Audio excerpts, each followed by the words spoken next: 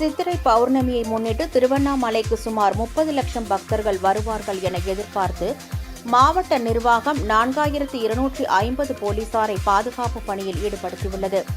பௌர்ணமி வியாழக்கிழமை இரவு 9:52 மணிக்கு தொடங்கி இன்று 1ஆம் தேதி இரவு 11:08க்கு நிறைவடைகிறது.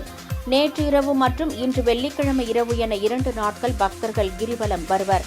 இந்நிலையில் நேற்று பல்வேறு மாவட்டங்களில் இருந்து காவல்துறையினர் திருவண்ணாமலைக்கு வந்து அவர்களுக்காக ஒதுக்கப்பட்ட இடங்களில் போக்குவரத்து நெரிசலை சீரமைப்பது, பாதுகாப்பு உள்ளிட்ட பல்வேறு பணிகளில் ஈடுபட்டு வருகின்றனர். வெளியூரில் வாகனங்களை மட்டும் மாற்றுப்பாதையில் திருப்பிவிட வேண்டிய போலீசார் உள்ளூர் வாகனங்களையும் தடுத்து நிறுத்தி பொதுமக்களுக்கு இடையூறு ஏற்படுத்துவதாக குற்றச்சாட்டு எழுந்துள்ளது. இதனால் அவதிக்குள்ளான பொதுமக்கள் ஒவ்வொரு முறையும் இதேபோன்ற நிலை ஏற்படுவதாக குற்றம் சாட்டுகின்றனர். பாதுகாப்பு பணியில் ஈடுபடும் போலீசார் உள்ளூர் மக்களின் அடையாள அட்டையை சோதனை செய்து அவர்களை வீட்டிற்கு செல்ல அனுமதிக்க வேண்டும் என சமூக ஆர்வலர்கள் கோரிக்கை விடுத்துள்ளனர்.